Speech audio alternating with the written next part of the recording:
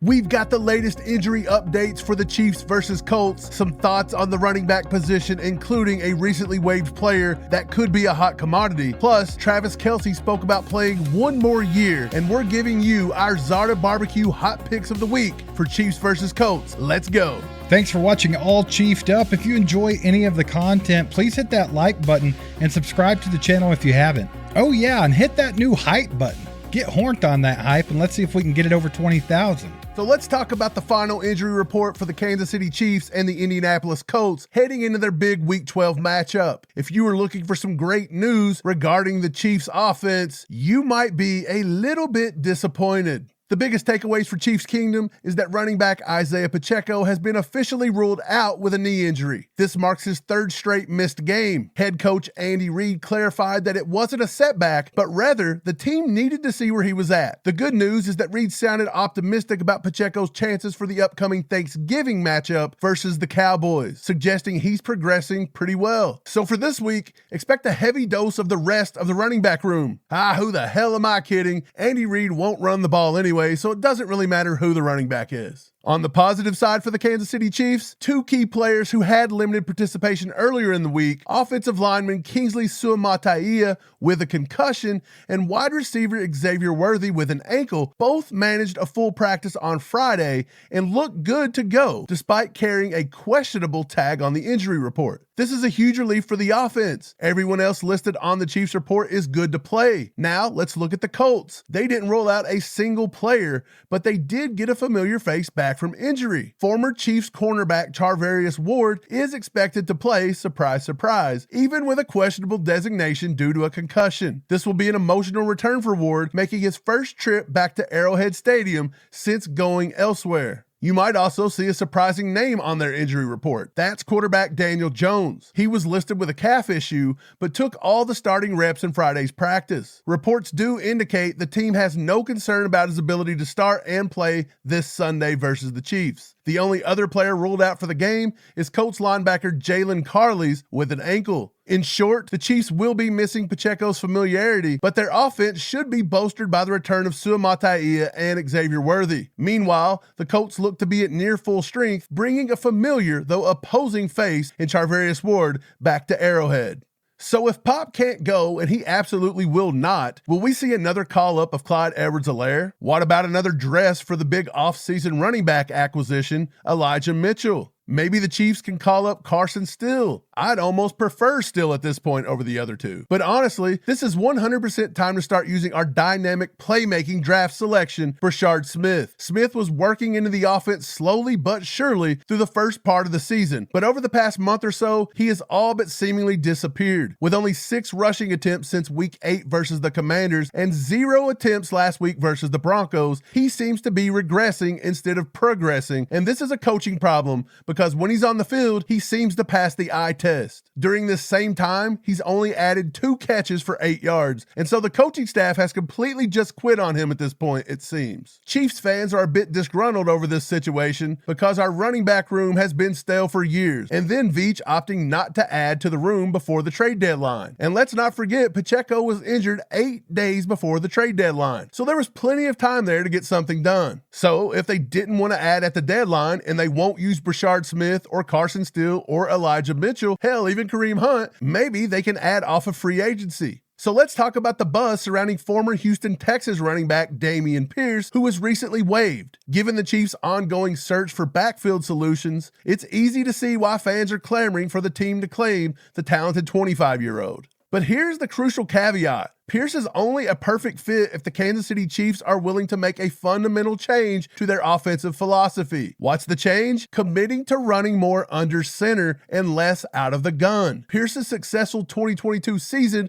was built on a gap power running concept and frequent snaps from under center. His production drastically dropped when Houston shifted away from that style. If the Chiefs acquire him, they must be ready to prioritize running the ball from under center, a system change many fans have been begging for. The stats prove the potential upside as well. When the Chiefs run the ball from under center, they rank 3rd in success rate and 2nd in EPA per play. However, they currently rank 28th in attempts from that formation. Adding Pierce at a low cost of about $450K to finish out the season could be a savvy investment by Brett Veach with a huge payoff, but only if the team is finally ready to lean into the running style that suits him best and that has already proven successful for this Chiefs offense. Aaron Wilson of KPRC in Houston says multiple teams are interested in the former Texans starting running back Dameon Pierce now that he's been waived. Pierce might clear waivers because of the timing of his release, but there's a lot of interest in signing him next week. Tom Pelissero actually reported Friday that Pierce did in fact clear waivers and is now a free agent. Will the Chiefs make a run at him? Let us know in the comments below. So we've partnered with DraftKings Sportsbook, and fans all throughout Missouri,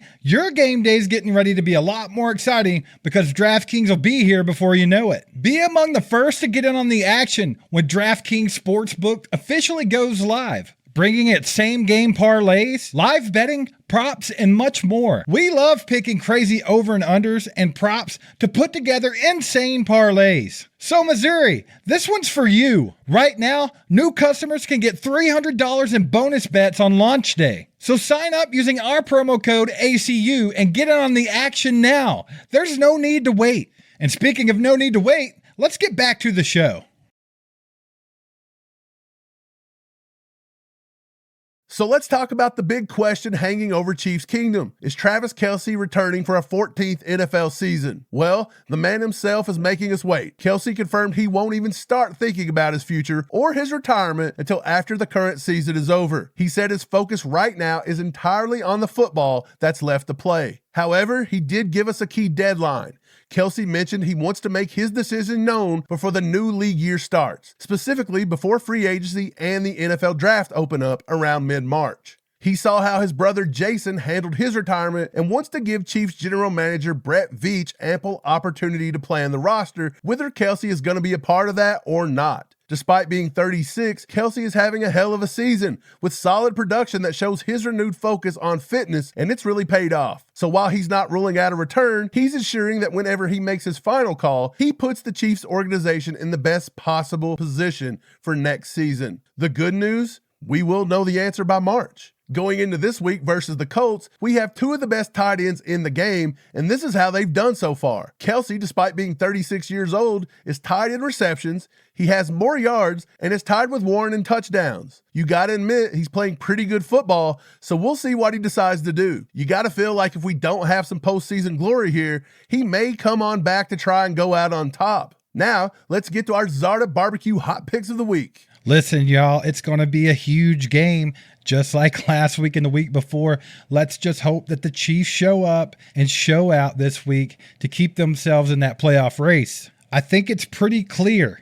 Stop Jonathan Taylor and make Daniel Jones beat you. Stopping JT might be easier said than done, considering the Colts have one of the best offensive lines in the league, and Jonathan Taylor is a complete beast. However, the Chiefs always find a way to stop these big-time running backs. They held Saquon Barkley to minimal yards as well as Derrick Henry, and we've seen it week after week. But one big weakness that Spags' defense has is play-action passing, which the Colts will be setting up all game long with those runs from Jonathan Taylor. They're one of the best play-action passing teams in the entire NFL. So we definitely have to have a big game from our linebackers. Hopefully they step up and get the job done.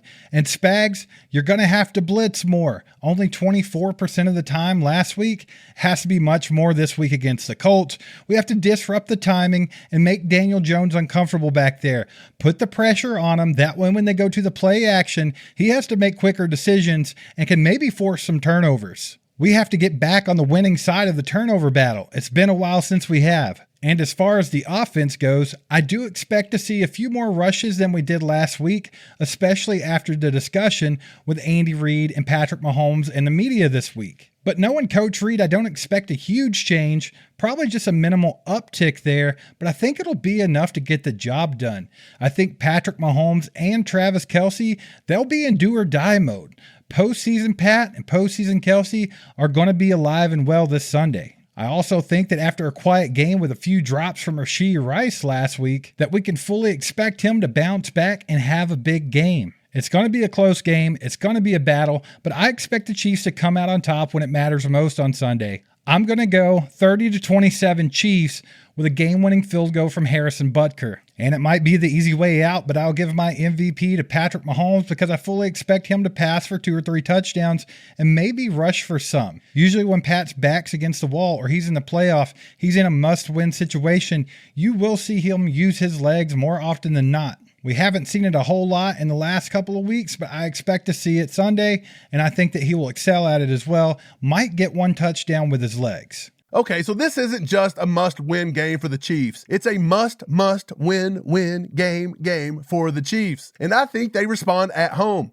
I'll say the Chiefs win 27-23 over the Colts this week. The formula for victory begins and ends with the defense dominating. And frankly, they have a massive opportunity here. Colts quarterback Daniel Jones has been a turnover machine lately. He's logged 12 sacks, 6 fumbles, and 4 picks in his last 2 games alone. The defense must dominate this game. However, there's a serious concern here. The unit is struggling to generate unblocked pressures. They've hit a low of 6.2%, the worst rate under Spags. They need to find that blitz magic again while winning their 1v1s in base packages. On offense, I'm expecting a bounce-back week from Patrick Mahomes, projecting him to have around 240 yards and 2 scores, with Kelce and Rice both being the recipients. Looking big picture, Mahomes is still on pace for stellar numbers this season. 4,900 total yards, 38 total TDs, and only 10 picks. But if the Chiefs really want to unlock their offense, they need to heed this fact. Tyquan Thornton is the ultimate deep threat they aren't using enough.